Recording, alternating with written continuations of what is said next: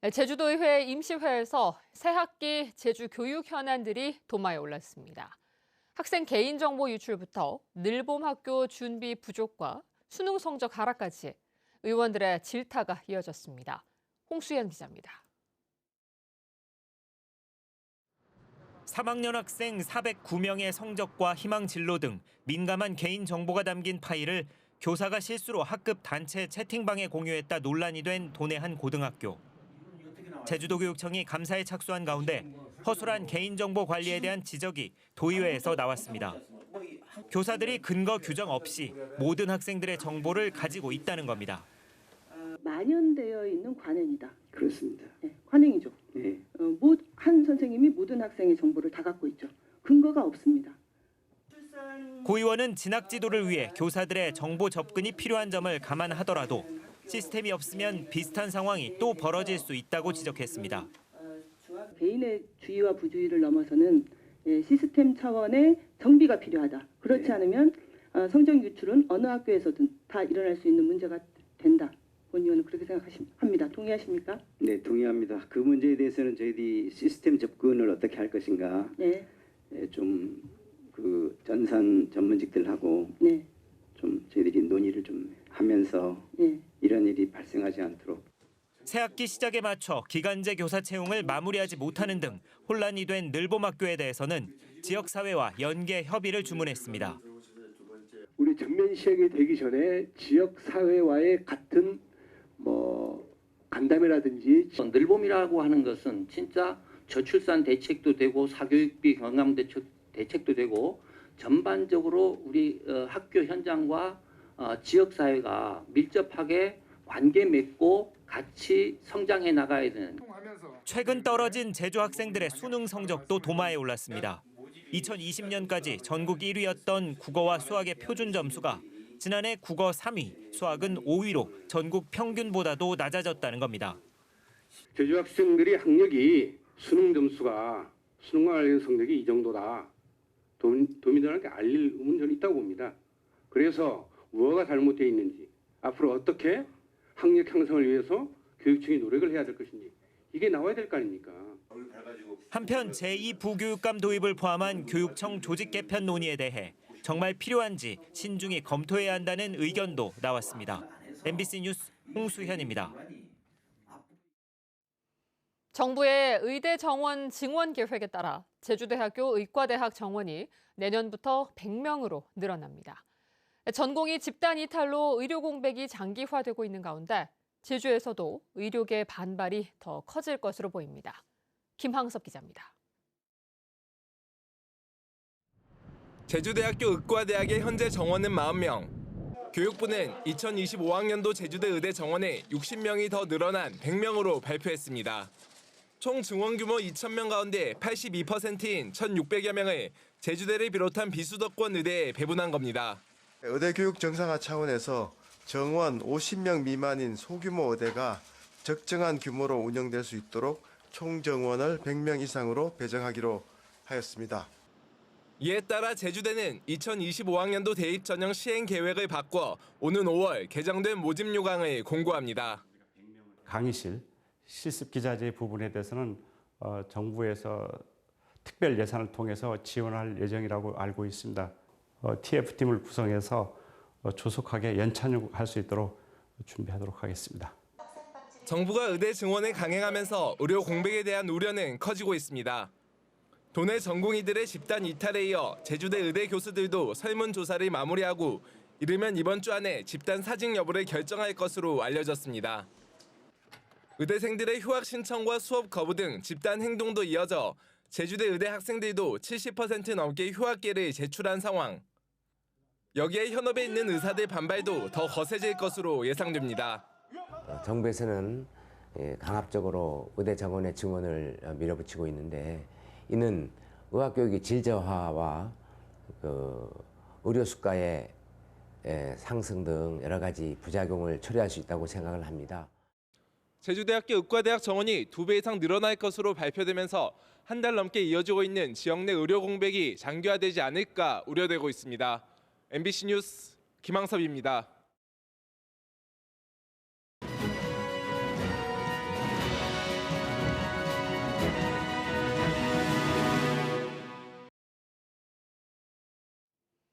제주 MBC 등 제주 지역 언론 4사가 선정한 22대 총선 10대 어젠다를 바탕으로 주요 현안에 대한 후보들의 의견과 해법, 정책 대안을 물어봤습니다.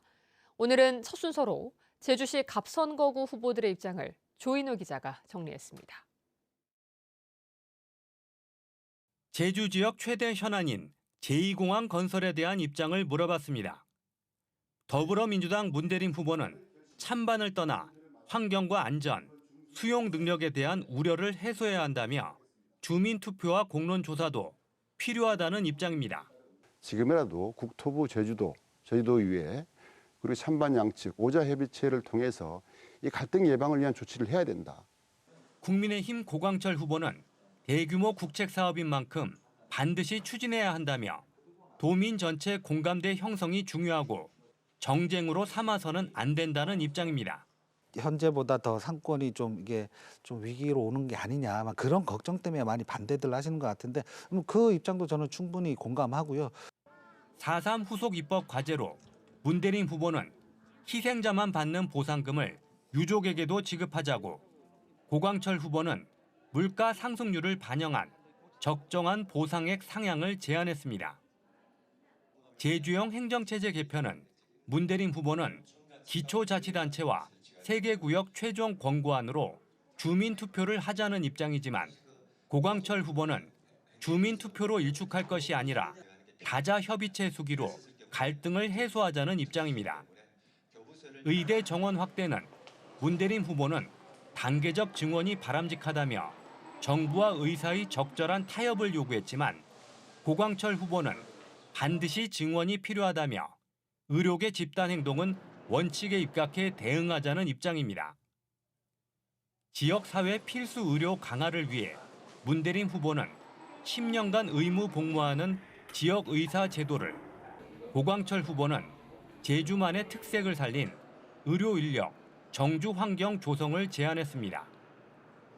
환경보전분담금은 문대림 후보는 국민에게 설명한다면 공감대를 넓혀나갈 수 있다고 밝혔지만, 고광철 후보는 외국인을 우선적으로 시행하고 내국인으로 확대하자고 밝혔습니다. 생태법인 도입은 문대림 후보는 제주특별법 개정 과정에서 입법을 최대한 노력하겠다고 밝혔지만, 고광철 후보는 해군기지같이 꼭 필요한 개발도 극단적 갈등으로 증폭될 수 있다며 반대했습니다.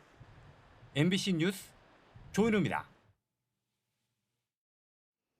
국민의힘 고광철 제주시 갑 예비 후보가 불출마를 선언한 김영진 전 후보와 원팀을 구성했습니다.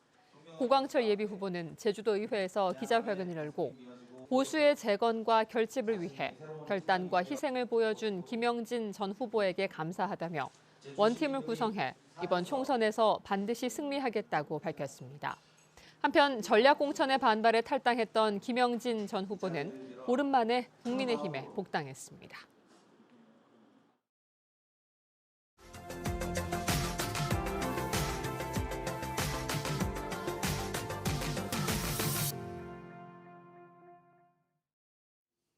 플라이강원이 기업 회생 절차에 들어간 이후 양양공항의 운항 중단 사태가 장기화되고 있습니다. 이런 가운데 저비용 항공사 LCC 두 곳이 양양 제주 노선을 놓고 강원도와 물밑 협상에 나섰다고 합니다. MBC 강원영동 이준호 기자가 취재했습니다. 양양공항의 출국장 앞 대합실입니다. 좌석이 텅텅 비어있고 건물의 불도 꺼져 있습니다. 지난해 9월부터 부정기 항공편까지 모두 운항을 멈추면서 한 달에 7번가량 전세기만 띄우고 있는 상황입니다. 사정이 이렇다 보니 공항의 기능이 사실상 마비됐습니다. 양양공항에 장기 임대 계약을 맺고 입점했던 업체들도 어려움을 호소하고 있습니다. 3년 넘게 렌터카를 운영하던 업체는 인건비조차 벌지 못하자 결국 휴업하기로 결정했습니다. 하루에 50대에서 60대까지 운행이 되고 그랬는데 지금 현재 전멸 상태입니다. 너무 힘듭니다. 플라이강원의 매각이 지연되면서 정기 항공편 운항 중단은 예상보다 더욱 길어지고 있습니다. 기업 회생 절차가 진행 중인 플라이강원은 2차례 매각 시도가 무산됐고 다음 달 5일까지 재매각을 시도하고 있습니다. 이번에 매각에 성공한다 해도 절차 이행에 시간이 걸려 실제로 비행기가 뜨려면 최소 5개월 안팎의 시간이 걸릴 것으로 예상됩니다. 그런데 새로운 돌파구도 보이고 있습니다. 현재 저비용 항공사 두 곳이 제주 노선을 띄우기 위해 강원도와 물밑 협상에 나선 것으로 확인됐습니다. 양양과 제주를 잇는 노선이 운영될 가능성이 커진 겁니다. 현재로서는 검토 중인 부분이라고만 그렇게 이해를 해주시. 여기에 인도네시아 발리 노선 운항 여부도 협상 테이블에 올려질 가능성도 있습니다. 최근 정부가 인도네시아와 몽골행 노선을 비수도권 공항에 운항할 수 있도록 길을 열었기 때문입니다. 다만 강원도가 항공사에 지급할 운항 장려금 규모가 변수입니다. 수익이 저조할 경우 적자 보존 등을 위해 비행기를 띄울 때마다 주는 지원금인데 강원도는 다른 자치단체의 사례를 참고해 항공사와 지원 규모를 협상할 계획입니다. 정기 노선 개설을 위해 국내 소형 항공사들과 지속적으로 접촉을 하고 있고 국제선 개설을 대비하는 것은 물론이고 외국인 관광객을 유치하는 등의 노력을 기울이고 있습니다. 양양공항의 하늘길이 막힌 지 어느덧 6개월. 언제쯤 정기 항공편이 운영될지 도민들의 관심이 모아지고 있습니다. MBC 뉴스 이준호입니다.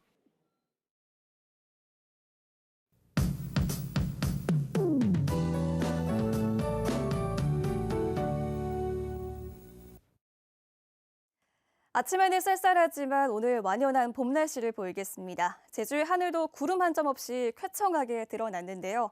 제주의 아침 기온 5.9도를 보이고 있고 낮 기온 12도까지 오르겠습니다. 낮부터는 남서풍이 유입될 텐데요. 내일은 낮 기온이 20도까지 오르면서 포근하겠습니다. 날은 포근하지만 따뜻하고 습한 공기의 영향으로 저기압이 발달하면서 내일은 비구름대가 만들어질 텐데요. 내일 오후부터 비가 내리고 바람도 강하게 불 것으로 예상됩니다. 주말까지 비가 내리겠습니다. 토요일 오전까지는 따뜻한 남풍의 영향으로 제주 산지와 남부 지역을 중심으로 비가 내리겠고요. 그 밖에 대부분 지역에서는 비가 내렸다 그치기를 반복하겠습니다. 주말을 맞아 나들이 계획하신 분들은 참고하시기 바랍니다. 오늘 제주 남쪽 해상을 지나는 고기압의 영향으로 맑은 날씨를 보이겠습니다. 공기의 흐름이 원활해서 공기도 깨끗하겠는데요. 미세먼지 농도는 좋음 수준이 예상됩니다. 아침 기온 어제보다 2도가량 낮습니다. 현재 북부 지역 6도, 남부 지역 4도, 동부 지역 0도로 쌀쌀하고요. 한라산 성판악은 영하 1도, 높은 산지 윗세오름은 영하 7도까지 떨어졌습니다. 햇볕이 들면서 기온은 금세 오를 텐데요. 낮 기온은 북부 지역 12도, 남부와 동부 지역 13도, 성판악 8도까지 오르겠습니다. 섬 지역도 맑고 낮 동안 포근하겠습니다. 바다의 물결도 잦아들어서 여객선도 순항하겠고요. 오늘 바다의 물결은 제주도 앞바다에서 0.5에서 1m, 제주도 남쪽 먼바다에서는 0.5에서 2m로 잔잔하게 일겠습니다. 내일 오후부터는 바람이 강하게 불어서 물결이 4m까지 높아지겠고요. 강풍으로 인해서 주말까지 여객선과 항공편 운항에도 차질이 예상됩니다. 주말에 따뜻하지만 일요일까지 비가 내리겠습니다. 다음 주 월요일 오후부터는 다시 전국에 비가 내릴 텐데요. 제주도는 화요일 오전까지 비가 내릴 것으로 예상됩니다. 기상정보였습니다. 관광객들에게 환경보전 분담금을 부과하는 방안에 대해 도내 관광업계가 반대 입장을 밝혔습니다. 제주도 관광협회는 최근 한국환경연구원이 공개한 용역 결과 숙박객과 렌터카 이용객 등으로 한정해 환경보전 분담금을 부과하는 것은 가능하다는 내용이 공개되자 반대 입장을 밝히고 제도 도입 철회를 촉구했습니다. 관광협회는 분담금 부과 대상이 불명확하고 이미 숙박업과 교통업에 법정 부담금이 부과돼 이중 과세 문제가 있다며 제도 도입을 추진하면 강력 대응하겠다고 밝혔습니다.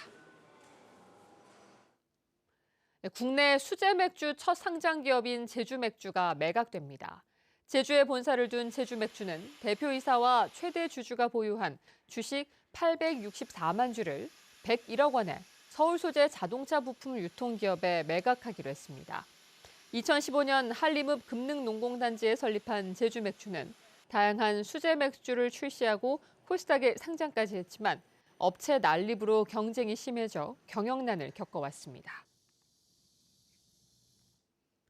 공직선거법 위반 등으로 1심에서 벌금 90만 원을 받은 오영훈 지사의 항소심에서 검찰이 징역형을 재판부에 요청했습니다. 광주고등법원 제주 제1형사부 심리로 열린 항소심 공판에서 검찰은 오 지사가 주도적으로 협약식을 기획했고 지지 선언을 유도했다며 징역 1년 6개월을 선고해달라고 재판부에 요청했습니다. 오 지사의 변호인 측은 협약식이 급조된 행사로 오 지사는 관여하지 않았다며 무죄를 선고해달라고 밝혔습니다. 재판부는 하루 만에 모든 심리를 마치고 다음 달 24일 최종 선고를 내릴 예정입니다. 전기자전거 구입 보조금 지원이 호응을 얻고 있습니다. 제주도가 올해 전기자전거 구입 보조금 지원 사업을 공모한 결과 300명 모집에 3배가 넘는 1,069명이 지원했습니다. 지난해 545명에서 1년 새 50.9% 증가한 것입니다. 제주도는 전자추첨을 통해 300명을 선정했으며 50만 원 안에서 구입 비용의 50%를 지원할 계획입니다. 제주시와 서귀포시가 출산과 양육 가정에게 주택 취득세를 감면해 줍니다. 감면 대상은 올해 1월부터 내년 말까지 자녀를 출산한 부모 가정으로 5년 안에 12억 원 이하의 주택을 마련하면 최대 500만 원까지 취득세를 공제합니다. 다만 출산 지원의 정책 목적을 고려해 다주택자는 감면이 배제되고 해당 주택에 출산한 자녀와 3년 이상을 거주해야 합니다. 제주 목관화를 찾은 외국인 관람객이 크게 늘었습니다. 제주도에 따르면 올 들어 제주 목관화를 방문한 외국인은 만여 명으로 1년 전보다 5배 가까이 증가했습니다. 중화권 외국인이 8,600여 명으로 가장 큰 비중을 차지했고 영미 외국인이 900여 명으로 그 뒤를 이었습니다. 제주도는 외국인 관광 유형이 개별 여행으로 바뀌고 제주 목관화가 한복 촬영 명소로 SNS 등을 통해 유명해졌기 때문으로 분석했습니다. 지난해 감귤 창고 화재로 순직한 고 임성철 소방장이 사고 당시 보호장비 내구력에 100배가 넘는 충격을 받은 것으로 조사됐습니다. 소방청 조사 결과에 따르면 임 소장을 덮친 9톤짜리 콘크리트 처마의 충격력은 최대 48만 뉴턴으로 방화 헬멧이 견딜 수 있는 충격력의 107배가 넘었습니다. 또 내부 천장이 나무로 돼 있어 짧은 시간에 불이 번진 점도 인명피해 원인으로 꼽혔습니다.